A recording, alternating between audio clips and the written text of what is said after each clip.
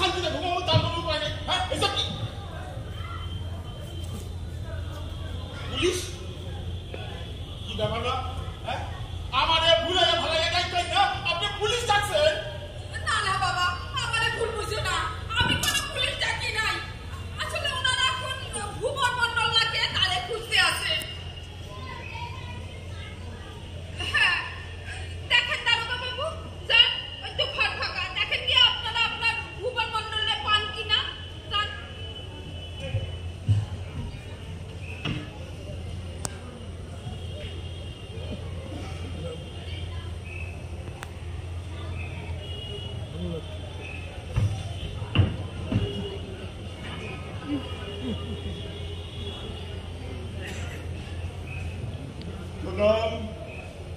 জগমোহন তুই এই বাড়ির জামাই? আপনার কি মনে হয়? আমি যা জিজ্ঞেস করছি জবাব দে, তুই কি এই বাড়ির জামাই? ওই তো উনি খারাপ আছেন, ঠিক আছে না? আর বাইকে আনারে আমি জিজ্ঞেস করছি তোকে, তুই কি এ বাড়ির জামাই না জামাই না? জামাই হবে কি করেছে? জামাই হলে তবেই উত্তর দেবে। জামাই হয়ে গেলে তবে উত্তর দেবে। জামাই না তো কি? কি তাহলে তোর মায়া তোর জামাই একেবারে লুকিয়ে লুকিয়ে আহে যাবে অন্ধকারে? লুকায় লুকায় অন্ধকারে আহে না। আমার একখান মাইয়ার একখান জামাই, তাই সোজা পথে আসে সোজা পথে যায়। তোমার তো একখান মাইয়া সাতখান জামাই, তাই পেছন পথে আসে পেছন পথে যায়। চুপ! এরকম কোনো বাজে কথা আমি শুনবো না। আমি যা জানতে চাইছি সেটা জবাব দে। আমার হাতে সময় নেই। তুই জামাই না জামাই না? মিশা কথা কই আমারে ভাষাইতে জানা না বাবু। আইছিলাম ওই ঘাটে মাল গস্ত করতে, এমন সময় সাউরি ঠাউরের খবর পাঠাইলেন বউ নাকি বড় বড় অবস্থা, অহন যায় তো অহন যায়। আর আমি তুই শুনে কি কম দেখো বাবু, আসুন না। হ্যাঁ বিয়াতে যা দেবে কইছিল সোনা রূপা রতি ভরি, কিছুই তো ঠেকাই নাই। কখন যদি মইরা যায় বউ, হ্যাঁ কাইতে যদি সব খুললে নেয় তাইলে কিছু পাবো বলছে। আচ্ছা তুই বড় হিসাবে দেখছি। কি যে কম দাঁড়াবো বাবু, আজকালকার দিনে একটু হিসাবই না হইলে চলে। তো এসে যখন দেখি যে তোর বউ বেঁচে আছে, আর বড় ভেঙে গেলি কেন? পেট্রোল ধারবা চাইলে তো, পেট্রোল আমি ধারবা চাইলে ও পয়সা আছে দেখে তো আমি হাঁটা দিছিলাম।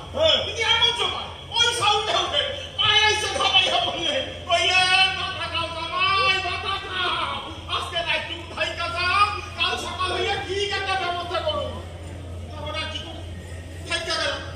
মানবিকতা বললেও তো একটা ব্যাপার আছে নাকি? দেখছেন দেখছেন দারোগা বাবু, কেমন নিজ মনের মানুষ আমার জামাই। হ্যাঁ আপনি যখন আইসেন একটু সাইজটা কিনা যান। কোন বিয়ার পরে আর বউরে বাড়ি নাই নাই, এবার যদি আমার মায়েরা রে শ্বশুর বাড়ি লইয়া যান। আরে থাক থাক, আমি এখন শ্বশুর ঘর দেখছি, আমি শ্বশুর বাড়ি ঠিক করবো।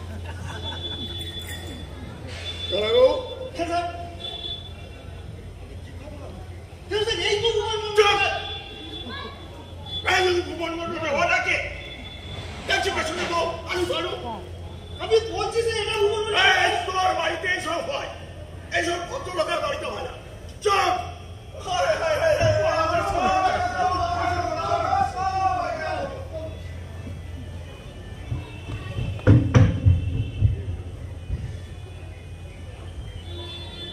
জয় ভুবন মন্ডলে জয়! ভুবন মন্ডলে জয়! ভুবন মন্ডলে জয়! ভুবন মন্ডলে জয়!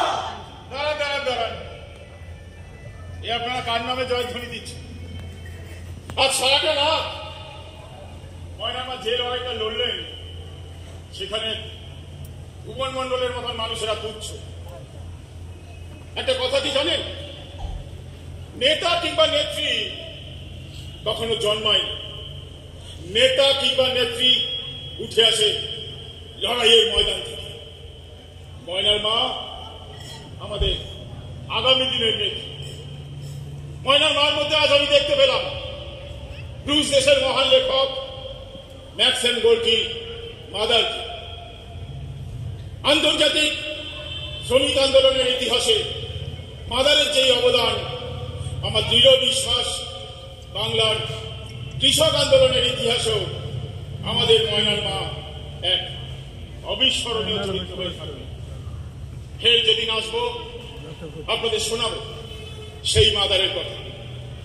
তাহলে আসুন, আর সময় নষ্ট না করে আমরা ময়নার মায়ের নামে জনধ্বনি। জয় ময়নার মা জয়।